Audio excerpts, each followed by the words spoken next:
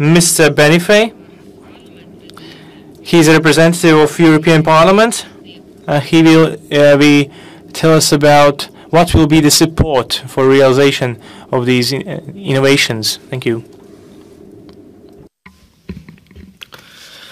Good morning to all of you, dear excellencies, dear guests. I would like to particularly thank the Latvian presidency for this remarkable initiative.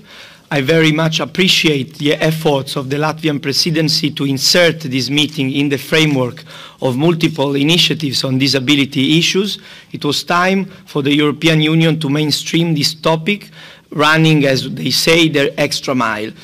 Hoping this commitment will be renovated by the next presidencies, I'm very honored to have the chance to take the floor today as Vice President of the Disability Intergroup of the European Parliament, and I also want to thank my, as was said by the Commission representative, my colleague and also Vice President of the group, Marek Plura, who is here, and it's a very committed colleague on the topics. Result of this high-level meeting constitute an important step forward towards a sincere and effective implementation of the UN Convention on Rights of the People with Disabilities, already mentioned by the representative of the Commission, in all member states, in order to ensure all people with disabilities a full enjoyment of their fundamental rights and high levels of dignity alongside with equal participation in their community's life. I think it's always important to focus particularly on mainstream education and employment, discussing human rights model-based solutions targeted at promoting inclusive and successful systems across the EU. The only way to guarantee and promote an inclusive society, which is a strong EU value indeed. It is not necessary at this stage to raise attention to the enormous additional obstacles and risks people with disabilities and children and women among them in particular face nowadays, because I know that colleagues and guests here already know the controversial, often incoherent and fragmented reality across EU countries and regions, where policies suffer from lack of funding in the best scenario and also from an inadequate and ignorant approach in the worst cases.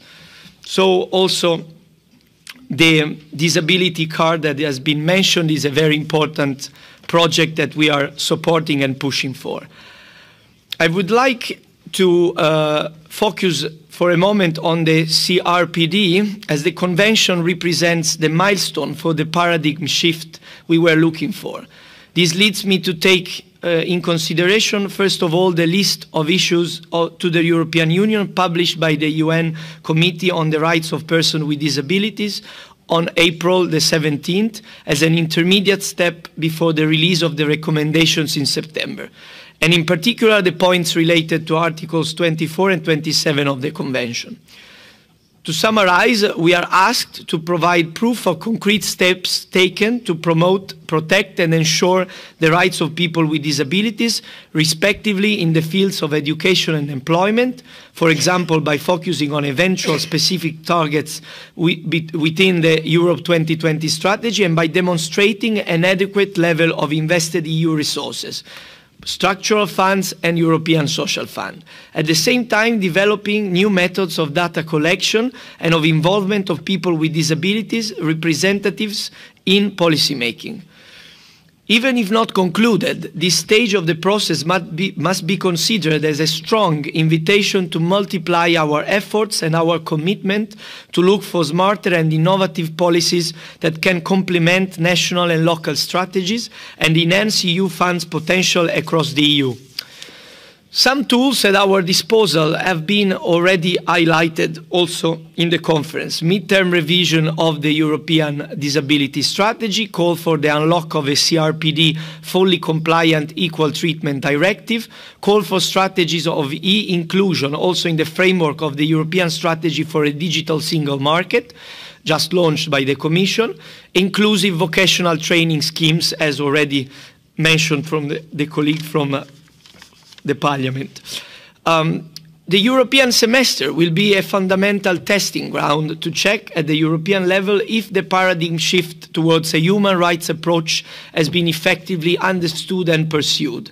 We need to ask for more balanced priorities in line with the goal of reducing poverty and social exclusion, also in the framework of the review of the Europe 2020 strategy. The same goal needs to be pursued in the framework of the EFSI funds. An European plan for growth must in fact address the challenge of achieving economic recovery with promoting social inclusion, solidarity and cohesion. No one should be left behind. Also, the youth guarantee embedded in the Youth Employment Initiative could be used in a more efficient way for inclusion of young people with disabilities. On this, the Member States' commitment is crucial. It's upon us now to maintain our stance and work for the necessary changes. Dear guests, let me conclude by underlining that we as members of the European Parliament in the Disability Intergroup will not quit our responsibility to act as watchdog in the next years. We will, au contraire, carry on with our fight to raise awareness on disability-related issues and promote equal rights for all. The necessary fiscal consolidation and structural reforms cannot be obtained in the expense of adequate spending for these policies. The founding fathers of the European Union, when they outlined the future integration, they proposed a union of solidarity built on the ruins of the Second World War. We must not forget this aspiration. We must continue working for a real inclusive European Union. Thank you.